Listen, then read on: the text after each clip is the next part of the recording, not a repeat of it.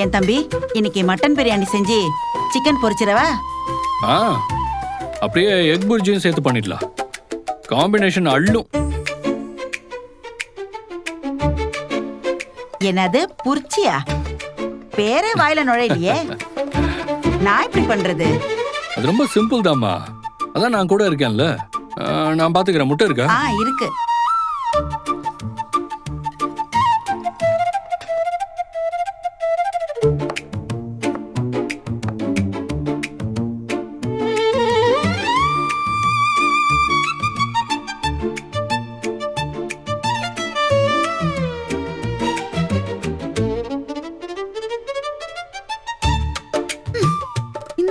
தேவையில்லாம நம்ம வீட்டுக்கு வர்றது மட்டும் இல்லாம இன்னைக்கு கிச்சனுக்குள்ளேயும் நுழைஞ்சிட்டாரு.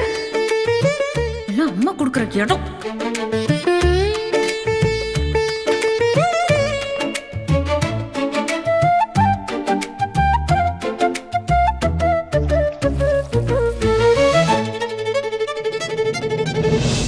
அடி காவேரி, இப்படி வீடியோ கால் பண்ணிட்டு உருன்னு உட்கார்ந்தா என்னடி அர்த்தம்? போன்ல பாக்குற உங்களுக்கே நான் கோவமா உருன்னு இருக்கேன்னு தெரியுதுல்ல. ஆனா என் கூடவே இருக்கிற நம்ம அம்மாவுக்கு அது எதுவுமே தெரிய மாட்டேங்குது. அவங்க இஷ்டத்துக்கு எதேதோ பண்ணி என்ன கடுப்பேத்திட்டே இருக்காங்க. அப்படி என்ன பண்ணாங்க அவங்க? என்ன பண்ணாங்களா? என் கிளாஸ்ல படிக்கிற ஒரு குழந்தையோட அப்பா என்ன பாக்குறதுக்கு வீட்டுக்கு வந்தாரு.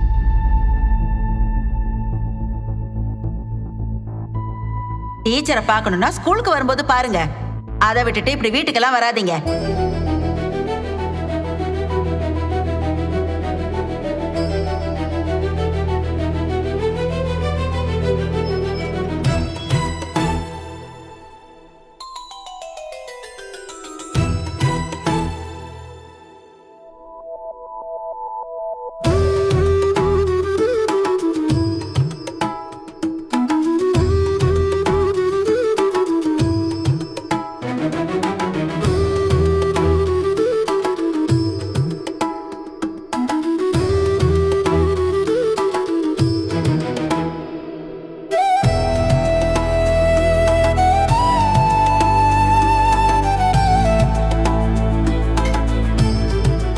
நேத்து ஒரு நாள் அம்மா ஏதோ அந்த குழந்தைக்கோ அந்த ஆளுக்கோ சமைச்சு போட்டாங்க. சரி, அது அட்வான்டேஜா எடுத்துக்கிட்டு இன்னைக்கும் குழந்தைய கூட்டிட்டு இங்க வந்துட்டாரு அந்த ஆளு.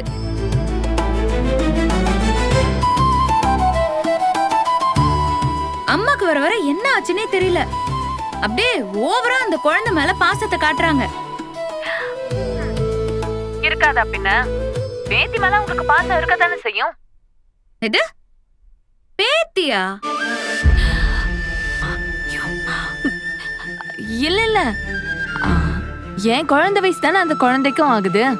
அதான் பேத்தி வயசுல ஒரு குழந்தைய பார்க்கவும் அம்மாக்கு பாசம் பொங்கி இருக்குன்னு சொல்ல வந்தேன். அந்த குழந்தை மேல பாசமா இருக்கிறத கூட விடுக்கா. அந்த ஆளுக்காக அம்மா எதுக்கு சமைக்கணும்? நம்ம வீட்டு கிச்சன் வரைக்கும்லாம் ஏன் அவரை அலோ பண்ணணும்? அவங்களுக்கு ஏதோ தோணுது பண்றாங்க, விடங்கா. அது எப்படி யமுனா? முன்ன பின்ன யாருன்னே தெரியாதவரை இப்படி வீட்டுக்கு சாப்பிட கூப்பிடவும், கார்ல அவரு கூட என்ன கோயிலுக்கு அனுப்பி வைக்கவும் அம்மாக்கு தோணுது. ஒருவேளை அவரை பாக்குறப்போ அவங்களுக்கு ஒரு மகள் ஃபீலிங் வந்திருக்கும். விட்டா நீ மருமகன் ஃபீலிங் வருதுன்னு சொல்லுவ போல. இருக்கலாம், யாருக்கு தெரியும். அக்கா விளையாடாதக்கா. அது எப்படி ஒருத்தரை பார்த்த ஒரே நாள்ல அவங்க கூட இவ்ளோ அட்டாச் ஆக முடியும்? அவங்கள இந்த அளவுக்கு நம்ப முடியும்? இதுல அந்த ஆள் வேற ஓவரா அட்வான்டேஜ் எடுத்துக்கிறாரு. இதுக்கு எதுக்குக்கா நீ இவ்ளோ டென்ஷன் ஆயிட்டு இருக்க? டென்ஷன் ஆகாம, நம்ம வீட்டுக்குள்ள யார் என்னன்னே தெரியாத ஒருத்தர் ரொம்ப உரிமையா வந்துட்டு போயிட்டு இருந்தா எப்படி இருக்கும்? அம்மாக்கு ஏன் தான் அது புரியவே மாட்டேங்குதோ தெரியல. என் கல்யாணத்துக்குலாம் முன்னாடி வரைக்கும் நம்ம எல்லாரும் சேர்ந்து ஒன்னா இருந்தோம். ஆனா இப்ப வீட்ல நீயும் அம்மாவும் மட்டும்தான் இருக்கீங்க. அதுவும் நீ ஸ்கூலுக்கு போயிட்டு வர வரைக்கும் அம்மா தனியா தாண்டி இருக்காங்க. இப்படி இருக்கிறப்போ வீட்டுக்கு யாராவது வெளி மனுஷங்க வந்து அவங்க கிட்ட பேசினா அவங்களுக்கு கொஞ்சம் சந்தோஷமா தானடி இருக்கும். அந்த சந்தோஷத்துல அம்மா தலகால் புரியாம இப்படி நடந்துட்டு இருக்காங்க. இதெல்லாம் நீ எதுவும் பெருசா எடுத்துக்காதடி. ஆமாக்கா, அவங்களுக்கு தோன்றதை அவங்க பண்ணட்டும். அவங்களுக்கு பிடிச்ச மாதிரி இருக்கட்டும். இதுக்காக நீ எதுவும் அம்மா கிட்ட கோவப்பட்டுட்டு இருக்காதக்கா. நான் இவ்ளோ சொல்லியும் நீங்க அம்மாக்கு தான் சப்போர்ட் பண்றீங்கல்ல. உங்ககிட்ட ஃபோன் பண்ணி புலம்புன பாருங்க, என்ன சொல்லணும். நான் வைக்கிறேன்.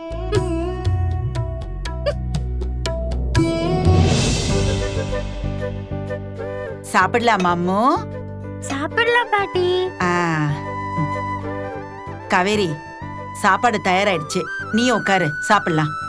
இல்லம்மா, நான் அப்புறமா சாப்பிட்டுக்கிறேன். அப்ப நானும் அப்புறமா சாப்பிட்டுக்கிறேன். அம்மு, இரு இரு. இங்க பாரு, சமத்தா சாப்பிட உட்காந்த குழந்தை பாதியிலே எந்திரிக்கிறா. நீ இப்ப ஒழுங்கா உட்காந்து சாப்பிட சொல்லிட்டேன். அம்மா, உட்கார்றி. உட்காருங்க மிஸ்.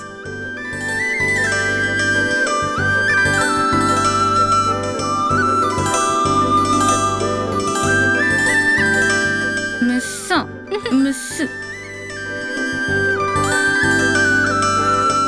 அத்தா அத்தா அத்தா அத்தா, இருங்க, என்ன பண்றீங்க? நான் எடுக்கிறேன். இருக்கட்டும் மாப்ள. பரவாயில்ல அத்தை, நான் எடுத்துட்டு போறேன். ஆ. அத்தை, உங்ககிட்ட ஒரு விஷயம் சொல்ல மறந்துட்டேன். அன்னைக்கு நான் உங்ககிட்ட இருந்து வாங்கிட்டு போன காவேரியோட மெடிக்கல் ரிப்போர்ட்டை டாக்டர் கிட்ட காட்டினேன். அப்படியா? நானே இத பத்தி கேட்கணும்னு நினைச்சேன். டாக்டர் என்ன சொன்னாரு மாப்ள?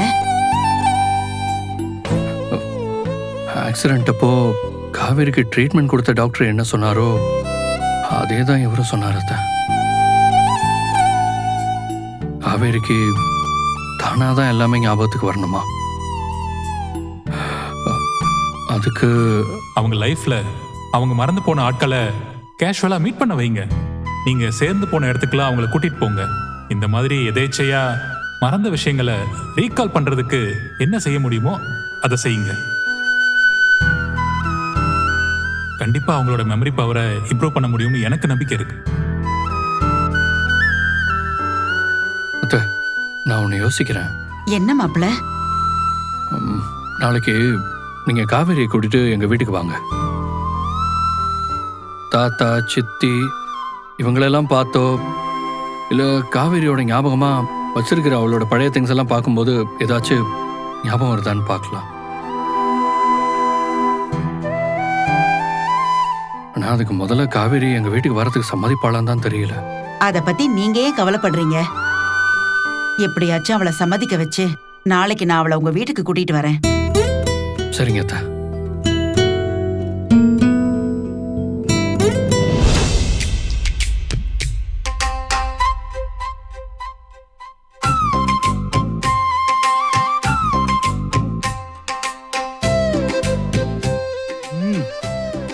வா, உண்மையிலே பிரியாணி சூப்பர். இன்னும் உங்க கைப்பக்குவம் மாறவே இல்லை, அப்படியே இருக்கு. இன்னும் மாறவே இல்லையா? அது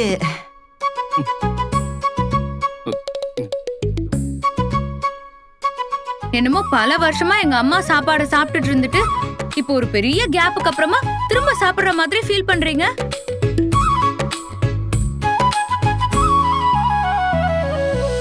நேத்து தான் தடவையா எங்க அம்மா சமைச்சு சாப்பிட்டீங்க, திரும்ப இன்னைக்கு சாப்பிடுறீங்க.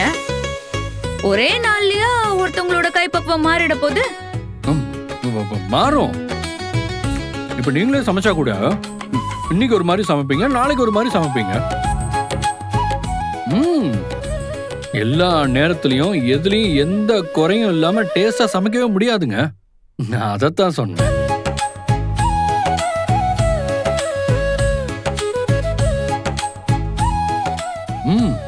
ஆனா உங்க அம்மா அப்படியே சமைச்சிருக்காங்க.